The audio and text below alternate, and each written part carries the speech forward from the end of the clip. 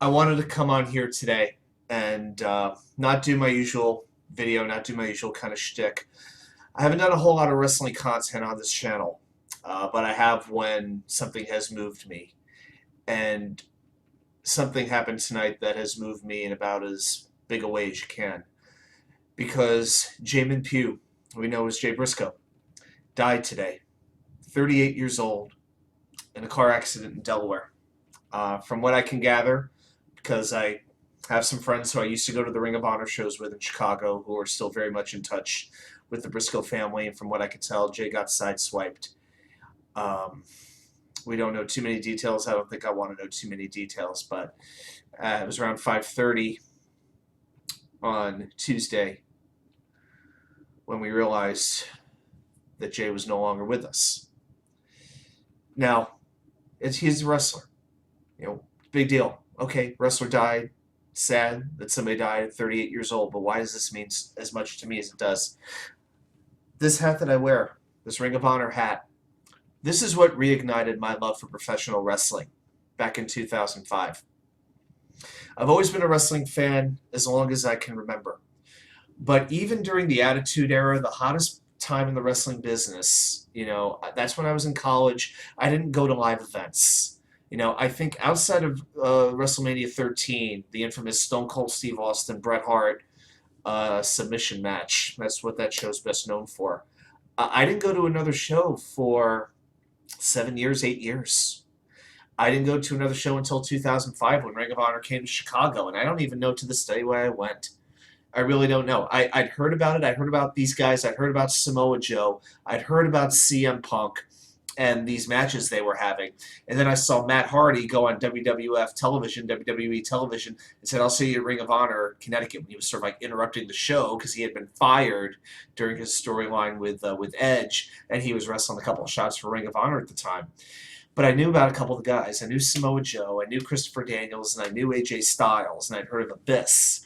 Very well-known TNA names and Ring of Honor names as well. And I figured for $15 I'll go down to Chicago Ridge, which is in the south suburbs, about an hour from my house. I'd watch, spent $15, sat in general admission on the basketball bleachers. This show was in a field house. This was no arena. It was like basketball courts, with bleachers on either side. You couldn't even buy alcohol because it was a park building. It was like a government-owned building.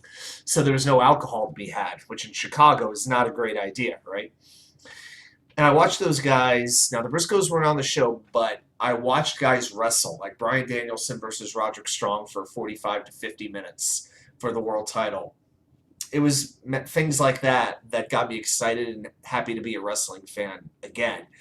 And pretty much from then on, for 12 years, I never missed a show in Chicago. I think there was there was one exception, that WrestleMania weekend. With family in town, I couldn't go to the one show. But it was right around the next April of 06, when the Briscoes returned to Ring of Honor after a year away. I'm not going to give the whole biography, not going to give the whole timeline. I just want to give my memories of how I remember them as a wrestling fan. So I'd heard about these two guys, Jay Briscoe and Mark Briscoe, from Delaware, Sandy Fork, Delaware. And the first time I got to watch them wrestle would have been in June of 2006 against the Embassy, against Jimmy Rave, who we recently lost as well, and a guy named Conrad Kennedy III. Just a pretty run-of-the-mill match, nothing too exciting. But then came Gut Check. Later that September, I believe it was, which was well known for a Bryan Danielson versus Colt Cabana 60-minute 2 out of 3 falls match for the title. Well, the Briscoes were on that show. They were introduced by Jim Cornette, and they wrestled Davey Richards and Homicide. And there was something about the Briscoes, this sort of like rough, and they gave me a little bit of a Steiner Brothers omen. That, their roughness, but yet they still were very technically sound. And I just liked how aggressive they were, but they could wrestle. That sort of, think of Smash Mouth football. That's what the Briscoes were. They were like the next generation of the Road Warriors, but not as bulky, maybe the Steiner Brothers. And they took those types of styles of tag team wrestling and they made them their own. They could wrestle, they could fight, they could brawl, they could be baby faces, they could be heels. And as the years went on, the feuds that they had with the likes of Jimmy Rave and Tyler Black, now you know him as Seth Rollins, the Motor City Machine Guns, Alex Shelley and Chris Sabin, the Kingdom, Mike Bennett and Matt Taven. You know, we could go on. The Dark City Fight Club, but there is absolutely no tag team feud that I can recall that comes close in the last 20, 25 years of wrestling. You give me Usos and New Day all you want, but if you watch the matches between the Briscoe brothers versus kevinsteen and elgenerico, and yes, now they're Kevin Owens and Sami Zayn. Tag team wrestling perfection. If you ever get a chance to watch Man Up on Honor Club, and I'm gonna talk about a couple matches here, but Man Up, one of the first Ring of Honor pay-per-views from Chicago, they had a ladder war for the tag team titles. That was the end of their feud, which had lasted almost a year. It was the greatest ladder match I have ever seen. The way those guys sacrificed themselves, I still truly cannot believe it. And some of us even got to find a 30-foot ladder in the corner. Jay called for us to bring the ladder in, and a few of us helped to, because it took about 6, 7, 8 guys to lift up a 30-foot ladder and bring it into the ring. Those guys gave me some amazing memories, but it's not just the in-ring memories, it's the out-of-the-ring memories. Our big hangout in Chicago Ridge after Ring of Honor was Rose's. And the big thing to get there was the double-decker pizza. So a double-decker pizza would be crust sauce, cheese, and then whatever topping. So you had 2 crusts. Now, as somebody who's pretty much opposed to Chicago thin crust pizza, I could deal with the second crust, made it a little better. But these guys made really good pizza, in all fairness. But I remember going there, drinking, in my case, usually either Budweiser or Miller Lite for like $2.50 a pop. You know, and those Ring of Honor shows, by the way, they'd go from 7 p.m. to about 11 to 12 o'clock at night. I mean, these shows ran late, really late. And then Rose's would stay open. We would be there till 2, 3 in the morning, drinking beer, eating pizza, singing karaoke. I mean, I remember hanging out with the Briscoes, with Adam Pearce, who's on WWE TV now pretty much every week. Some of the other guys, you know, Necro Butcher, Jimmy Jacobs, he was there quite a bit. You know, Homicide would show up once in a while. Even Samoa Joe, Claudio Castagnoli would show up. Chris Hero, he would be there quite often. And Kyle O'Reilly, I got to talk with him a couple times. He was a fantastic guy. And I remember singing songs like Sweet Home Chicago with them. I mean, sorry.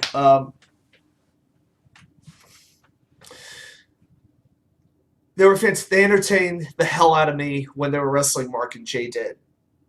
But they were cool guys to talk to. They were men's men, you know. You don't want to bullshit them, that's for sure, you know.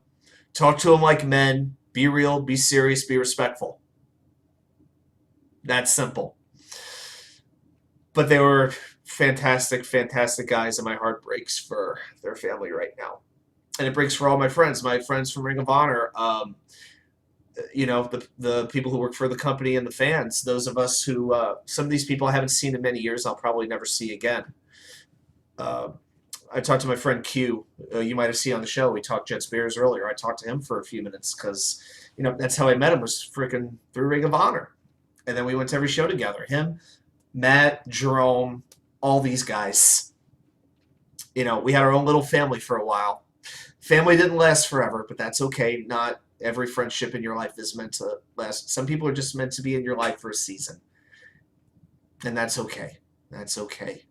And I'm glad I had those years. You know, some of the most unabashed fun of my life was that period from the end of 2005 to about 2016 going to those Ring of Honor shows.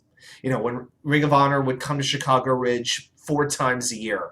In the later years, it became about twice a year. Once they were on Sinclair Broadcast TV, they were trying other markets, and they became based out of Baltimore. And it wasn't the same, but really that 10-year period, I would say about 2005 to 14 or 15 that was it. But a couple other things about Jay. He became Ring of Honor World Champion on April 5th, 2013 at Supercard of Honor at the Hammerstein Ballroom in New York City, and I got to be there. And what was so cool about it, and I never ever thought this would happen, that is my dad's birthday. My dad got me into wrestling, and I got him into Ring of Honor. We did go to a couple of shows together. Even now, there's certain Ring of Honor DVDs. You'll see me wearing a green Chad Pennington Jets jersey. I always wore it. I don't know. I figured the green would stand out and see a black, white, and red, right? But we went to the show. I surprised him with tickets as a birthday present, and we went to the Hammerstein Ballroom. Now, if you're a wrestling fan, you know exactly what I'm talking about. Where ECW One Night Stand was filmed, where all those later ECW New York shows were filmed. A lot of Ring of Honor shows were filmed there as well. Well, that's where the show took place, and the main event was Kevin Steen defending the Ring of Honor World Title against Jay Briscoe. I got to be honest. Kevin Steen was one of the biggest heels at the time, and Jay was pretty entrenched into that tag team with Mark.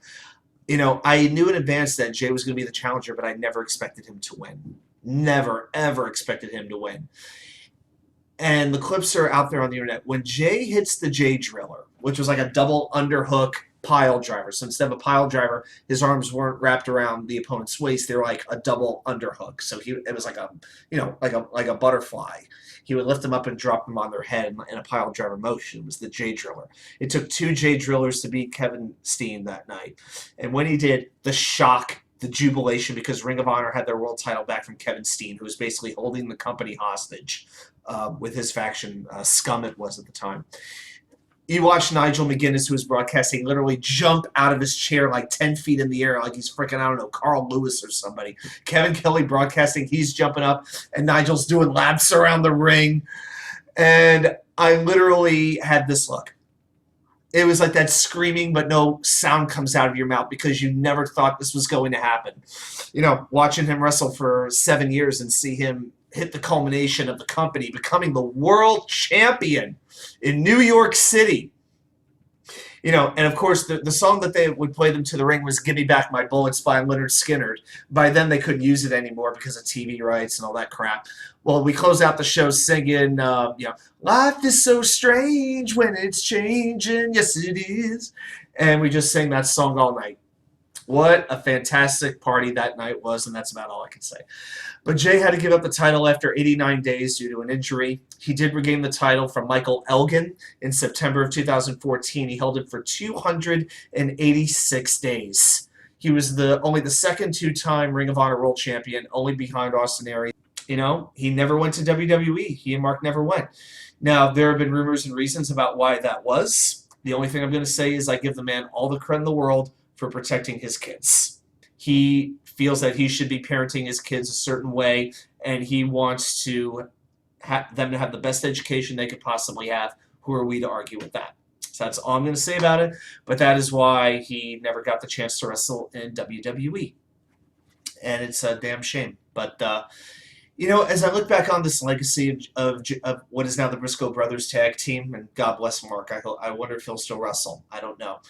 But now as I think about the Briscoe brothers, to me, it's a strange dichotomy. It is, my God, these guys were so successful. I mean, they won, I don't recall the number off the top of my head, but I think 11 or 12-time Ring of Honor Tag Team Champions. They won the NWA Crockett Cup as well. They did so much. They were dominant in Japan. They did everything that you could do except do it in WWE because they never got the opportunity. So there is a little bit of a what could have been, but in my mind, they are absolute Hall of Famers. To me, you know, you could talk about the New Day and you could talk about the Usos. Fantastic teams. But in my mind, for in-ring competition, for in-ring work and entertainment, the whole package, there is no better unit as a tag team in this century than Jay and Mark Briscoe. And I am truly blessed that I got to watch them wrestle live, that I got to know them, and that I have over 100 Ring of Honor DVDs, many of which has a match of theirs on it. I want to actually give credit to the Usos. You know, they actually said a goodbye to Jay, and to me that is one of those dream matches that we're never going to get. But it's a tragedy that we're not ever going to get to see that match because it would have been special. But there's I'm going to say 3 more things about this. Number 1, tomorrow, as I'm recording, it's Tuesday the 17th. Wednesday the 18th is Mark's birthday, Jay's brother. Mark's going to turn 39 years old. Jay died 1 day before his brother has his birthday. I can't even imagine what that house is like. I can't imagine it. And the Laurel, Delaware School District is closing school for Wednesday. That's how much of an impact Jay Briscoe had on that area, on that neighborhood, on that region. They're literally closing school because the man passed away so suddenly. So he may have only been a wrestler. He may not have made it to WWE, but you can bet your ass he made an impact. And I want to show you guys just one thing. Now, I'm not a big collector. I'm not a big merchandise guy. I don't get a lot of autographs. I just prefer pictures. But I want to show you all one thing. Now, don't get freaked out. I know what I'm showing, the Confederate flag. The Briscoes wore the Confederate symbol quite a bit back in the day on their trunks, on their ring jackets, or whatever it might be. And this was a bandana that Mark Briscoe wore one night to the ring. And Mark would always do the same thing. He would go into the ring, kind of like slide under the ring, go into the corner, face the turnbuckle, kneel, say a prayer, slap the turnbuckle, and get ready to wrestle. Well, this night, this was his bandana on this one night, and he threw it into the crowd, into the third row, and I caught it. In fact, later, he actually signed it. Sort of see right there. It says Mark Briscoe. And tonight, I wanted to show everybody this, and this is my little piece of the Briscoes that I'll always have. And they were still hitting their prime, man. They were still in their freaking prime. Their matches, I don't watch the matches against FTR because I don't watch AEW. I'm just not watching it. Even if they have Ring of Honor, to me, it's not Ring of Honor as I knew it. It's Ring of Honor in name only. And the fact that the Briscoes weren't allowed on AEW TV just shows how pathetic it is. But they had an incredible trilogy against FTR, including the dog collar match very recently that was widely considered the greatest match of 2022. Even now, all these years later, 20 years later after they started, the Briscoes were still kicking ass and getting respect. And a month later, it's all over. Jay Briscoe, I thank you for a life well lived. You became a master at your craft. You will never be forgotten. And on behalf of your many, many, many, many fans all around the world, we thank you. We love you. God bless. Man up.